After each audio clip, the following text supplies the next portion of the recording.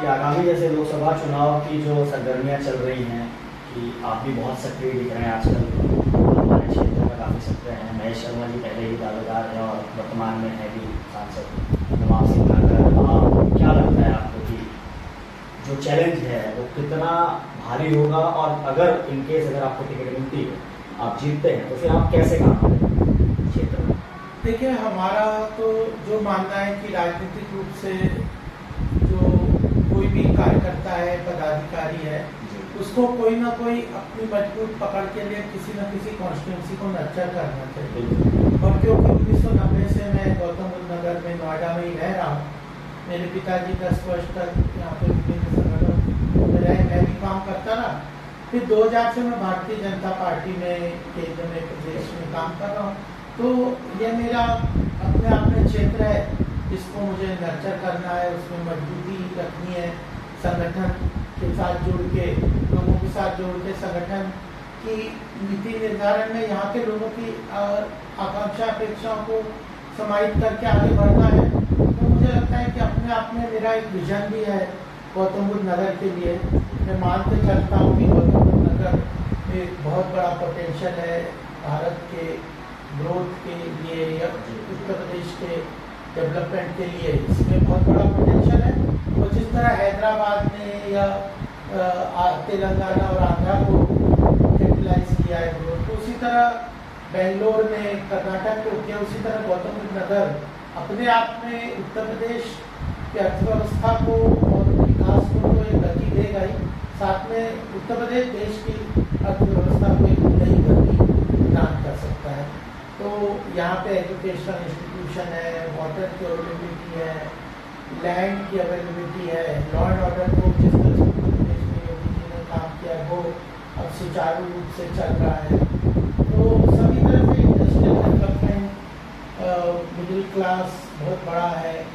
तो well plan एक independent authority है, वो मेरे ख्याल से ये सारी चीज़ें महत्वपूर्ण है किसी भी क्षेत्र के विकास के लिए। लेकिन सबसे बड़ी महत्वपूर्ण बात ये रहती है कि उसमें एक विजन भी होना चाहिए।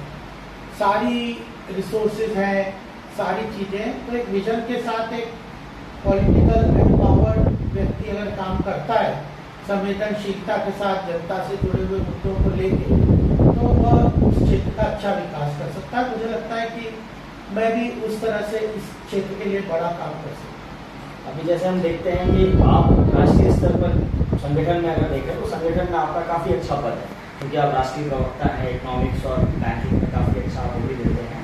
एक राष्ट्रीय लेवल पे आपका पद और फिर एक आप क्षेत्रीय लेवल पर अपना पद देख रहे हैं, उन दोनों में अगर हम समानता और विभिन्नता की बात करें तो उसको क्या, किस वजह से देखते हैं? नहीं, देखिए, राष्ट्रीय स्तर पे जिस तरह से मैं सन 2000 से काम कर रहा हूँ, तो बहुत सारे एक्सपीरियंस किए हैं, इलेक्शन लड़ने की भी कई जगह पे, चाहे केरला का हो, पश्चिम उत्तर प्रदेश का हो, मध्य प्रदेश का हो, या इवन अलग अलग क्षेत्र के नॉर्थ ईस्ट के कई स्टेट्स की बात हो, अब राजस्थान में काम कर रहे। तो यह सारे इलेक्शंस की एक प्रक्रिया होती है, कार्यकर्ता के साथ जुड़ने का एक तरीका होता है।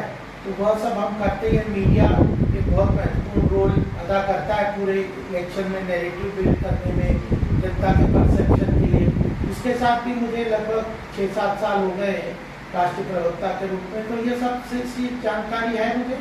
और अल्टीमेटली इस क्षेत्र की जहाँ तक बात है, मैं वर्षों से इस क्षेत्र में काम कर रहा हूँ, चाहे पद यात्राओं के रूप में भी काम किया है, सामाजिक क्षेत्र में भी काम किया है, राजनीतिक रूप से भी काम किया है।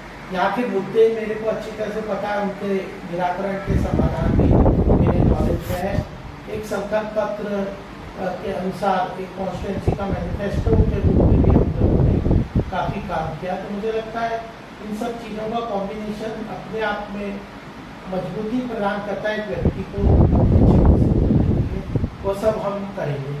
संगठन की अगर बात करें तो जैसे हम अगर यहाँ गौतम बुद्ध नगर में देखते हैं तो यहाँ का ये परसेप्शन बना हुआ है कि यहाँ टिकट अगर किसी को मिल गई तो बीजेपी के हिसाब से वो जीत सकता है, क्योंकि यहाँ पे वैसे भी ज़्यादा एजुकेटेड पीपल्स हैं। तो अगर हम संगठन की बात करें, संगठन में आपका पद और काफ़ी अच्छे पद पे हैं आप संगठन में, तो टिकट की कितनी आपको परसेंटेज लगती है कि टिकट मिलना, क्योंकि महेश शर्मा जी वर्तमान में MP हैं भी, उनसे एक जो टक्कर है आपकी टिकट, सबसे बड़ी टक्कर कायदे से अगर मैं कहूँ तो टिकट की, तो टक्कर है महेश शर्मा जी से, वो आपको उस पर क्या कहेंगे? देखिए, मैं इसको टक्कर मानता नहीं। हम दोनों एक ही संगठन में जी काम कर रहे हैं और संगठन शास्त्र इस बात को बहुत अच्छी तरह से जानते हैं हम संगठन के रूप में कि बदलाव एक बहुत आवश्यक चीज है और अलग अलग व्यक्ति को अलग अलग समय में अलग अलग जिम्मेदारियां मिलती हैं, तो बदलाव उस व्यक्ति के विकास के लिए भी बहुत महत्वपूर्ण होता है और साथ में संगठन की मजबूती के लिए भी बहुत महत्वपूर्ण होता है। तो अगर अलग अलग किसी को जिम्मेदारी आज एक एक्स मिली हुई है, कल मिली है, तो वो अपने आप में कोई किसी की टक्कर की बात नहीं। हम साथ हैं, जैसे हमने उनका साथ दिया है। अगर संगठन अगर हमें देखता है तो वो भी हमें पूरी तरह से साथ देंगे, मैं इसको मान के चलता हूँ। आगामी जितनी समस्या है, जैसे सबसे ज़्यादा समस्या हम देखते हैं रोज आए दिन धरना प्रदर्शन किसानों का होता है, तो कितनी ऐसी समस्याएं हैं जिसको आप उजागर करके उसका आप निस्तारण करेंगे, जो आपने सोचा हुआ है कि अगर इनकेस आप बनते हैं, ऐसी कितनी योजनाओं पे आप काम कर रहे हैं कि आगामी लोकसभा चुनाव के बाद अगर आप जीत के आते हैं तो ऐसी कौन कौन सी समस्याएं जिस पर आप काम करेंगे पहले प्राथमिकता में? सबसे बड़ी बात मुझे यहाँ पे जो लगती है वो होम बायर्स के इश्यूज को, सबसे पहला इशू, और उसमें मैंने काफ़ी काम किया हुआ है। देखिए, यह एक कानूनी लड़ाई का भी मुद्दा है कि आर्थिक रूप से जो बैंक की इन्वॉल्वमेंट है, नोएडा अथॉरिटी के पेमेंट की इन्वॉल्वमेंट है, यह जो डेवलपर्स हैं, बिल्डर्स हैं, जो उनका फ्रॉड का जो इश्यूज है, और होम बायर्स के प्रति मैं उनकी प्रति समर्पित रूप से खड़ा हुआ हूँ। एक्चुअली सबसे वीकेस्ट लिंक इसमें होम बायर्स है, जिनको किसी न किसी तरह से इन तीनों के नेक्सस में नुकसान हुआ है, तो उसके समाधान के लिए उनके साथ मैं खड़ा हूँ। उसके समाधान के लिए मेरे पास काफ़ी काम भी है। उसके समाधान की समस्या को कैसे आगे बढ़ना चाहिए, उसके ऊपर एक वाइट पेपर के रूप में भी हम काम करें। यह मेरे लिए सबसे बड़ा मुद्दा है कि उस समस्या का समाधान करना, चाहे वो रजिस्ट्रेशन की बात हो, चाहे इनकम्प्लीट होम बायर्स के कंस्ट्रक्शन की बात हो, ये उनकी मूलभूत सुविधाएं जो उनको आश्वासन दिया गया है वह पूरी नहीं की गई है।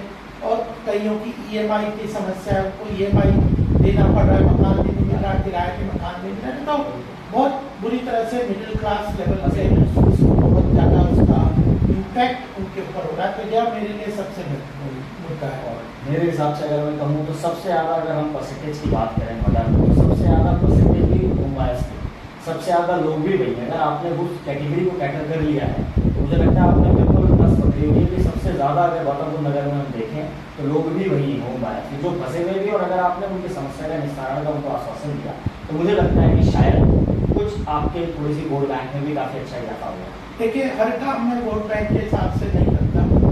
मेरा राजनीति और क्षेत्र का लंबा अनुभव है। प्रधानमंत्री मोदी जी को, योगी जी को, अमित शाह जी को काम करते हुए देखा। हर चीज वोट की कैलकुलेशन से केवल नहीं होती। जनता का प्रेम, समर्थन, समर्पण और सहयोग मिलेगा तो आप राजनीतिक अपने आप से मजबूती से आगे बढ़ सकते हैं। तो मेरा यह प्रमुखता से मुद्दा, जिसको मैं कमिटमेंट के रूप में भी मानता हूँ कि होम बायर्स की समस्या को मैंने भी इंसॉल्वेंसी, बैंक्रप्सी कोड, क्योंकि मैं चार्टर्ड अकाउंटेंट भी हूँ, मैं आर्थिक विषय में पोस्ट ग्रेजुएशन भी है, मैंने नीति निर्धारण में कई तरह के कानून के ऊपर भी काम किया है।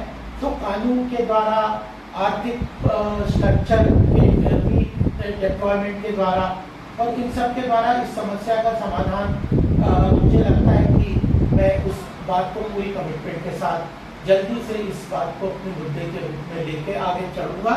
और मैं होम बायर्स के साथ खड़ा हूँ। मेरा प्रायोरिटी है कि होम बायर्स को मकान जल्दी से मिले, जो कि हमारे योगी जी और मोदी जी का भी उद्देश्य है। मुझे लगता है कि सरकार को एक व्यापक रूप से समाधान के रूप में अगर हम लेके जाते हैं तो सरकार तुरंत उसको इम्प्लीमेंट कर देगी। मैं उसमें काम भी कर रहा हूँ। जिसके ऊपर भी मैं अपने आप को मुद्दे को लेके उस पर चलता हुआ है कि राजनीतिक रूप से RWA और AOA का सशक्तिकरण भी होना चाहिए, क्योंकि उनका पॉलिटिकल जो है एम्पावरमेंट यानी राजनीतिक भागीदारी अथॉरिटी के स्ट्रक्चर में कहीं भी किसी तरह से नहीं है। तो कई जगहों पे तो अर्बन लोकल बॉडीज अपने आप में काम करती है या ग्रामीण क्षेत्र में पंचायत के रूप में काम करती है। उस तरह का स्ट्रक्चर यहाँ पे, क्योंकि नोएडा अथॉरिटी एक पार्लियामेंट्री बिल के अनुसार बन के आगे निकल गया, तो वो स्ट्रक्चर की भी कमी है। तो उनका पॉलिटिकल एम्पावरमेंट कैसे हो, उनकी राजनीतिक भागीदारी कैसे हो, इसके ऊपर भी मैंने पहले भी काम किया। उस मुद्दे को भी मैं तेजी से लेके चल रहा हूँ कि चाहे वो नगर राज बिल के माध्यम से हो या किसी और तरीके से हो, ताकि इलेक्टेड रिप्रेजेंटेटिव RWA के उनकी बात को अच्छी तरह से रख सकते हैं।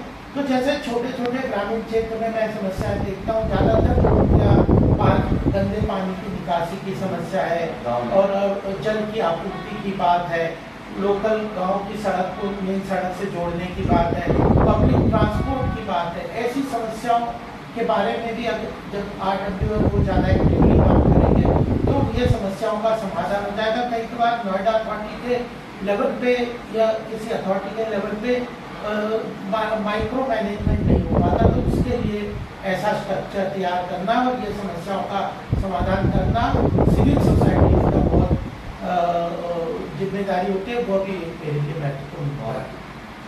बहुत बहुत धन्यवाद और हमारी शुभकामनाएं आपके साथ हैं। धन्यवाद। आपके माध्यम से सभी क्षेत्रवासियों को मेरा बहुत बहुत अभिनंदन और